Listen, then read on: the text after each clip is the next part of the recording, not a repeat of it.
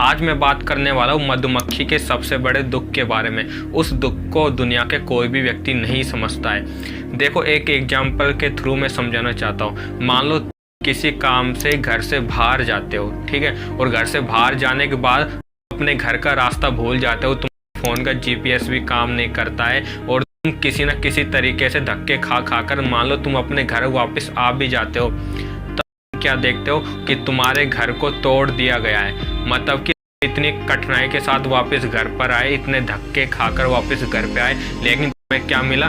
तुम्हें मिला अपना टूटा हुआ घर मिला। तब तुम्हें क्या फीलिंग होगी? तुम्हें सर्दी, गर्मी, बरसात, धूप में मतलब तुम्हें वहीं पर ही रहना पड़ेगा। तब तुम्हें क्या फीलिंग आएगी अंदर से? और यहाँ तक कि तुम्हारे पास कोई पैसे भी नहीं है जो कि तुम किसी होटल में जाकर रुक सको। और तब तुम्हें जो फीलिंग आएगी ना, तो उससे कई बढ़कर मधुमक्खी को वो फीलिंग आएगी। क्योंकि देखो, ये काम मधुमक्खी के साथ रोजाना होता है और यही सबसे बड़ा दुख है। देखिए, मधुमक्खी तुम्हारी गाड़ी में फंसकर कई सैकड़ों किलोमीटर तक दूर चली जाती है, या फिर जब मधुमक्खी फूलों का रस लेने जाती है तो मतलब कई किलोमीटर दूर चली जाती है। लेकिन जब मधुमक्खी वापस अपने छत्ते पर आती है, तब मधुमक्खी क्या देखती है? मधुमक्खी देखती है कि इंसानों द्वारा उस छत्ते को हटा दिया गया है। मतलब कि इंसानों की शहद की लालसा में उस छत्ते को हटा दिया गया है। तब उस मधुमक्खी की क्या फीलिंग होगी? तो क्या वो मधुमक्खी बिना छत्ते के जीवित रह पाएगी या फिर वो मर जाएगी?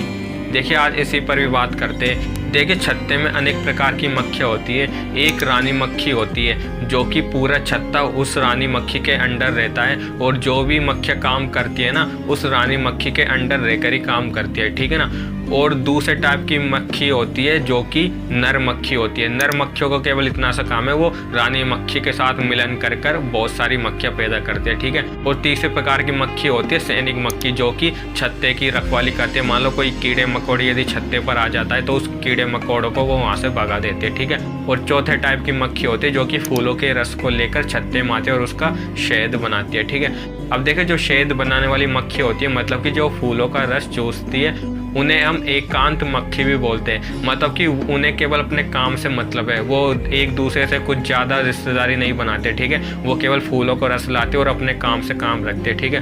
अब देखिए, जो 10% मक्खी होती है ना, वो रानी मक्खी प्लस में सैनिक मक्खी और प्लस में नर मक्खी, वो 10% होती है। और बाकी जो 90% मक्खी होती है ना, वो फूलों का रस को लेती है। मतलब कि वो 90% मक्खी वो छत्ते से बाहर रहती है, ठीक है ना। वो फूलों का रस लाती है और छत्ते में आ जाते हैं, फिर दोबारा फूलों का रस लेने चले जाते हैं, ठीक है। देखिए, जब हम छत्ते को उजाड़ देते ना, तब उसमें जो 10% मक्खी होती है ना, जिनमें रानी मक्खी, सैनिक मक्खी और नर मक्खी होती है ना, वो ज़्यादातर मक्खी मर जाती है, ठीक है। और जो बची मक्खी रह जाती है ना, वो दूसरे छत्ते की तलाश में चली जाती है। लेकिन दूसरे छत्ते में जो सैनिक मक्खी होती है ना, तो वो मक्खियाँ सभी मक्खियों को अपने छत्ते में आने नहीं देती है। इस प्रकार से कुछ मक्खियाँ तो मतलब छत्ते में चली जाती है और बाकी बची मक्खी किसी दूसरे छत्ते की तलाश में चली जाती है। और कुछ मक्खियों को तो मतलब दूसरा छत्ता भी मिल जाता है, लेकिन ज़्यादातर मक्खियाँ ऐसी होती है जो कि उनको कोई भी छत्ता नहीं मिल पाता है और वो अपनी जान से उनको हाथ धोना पड़ता है। लेकिन जो 90% मक्खियाँ होती है ना, जो कि फूलों का रस लाती है और शहद बनाती है,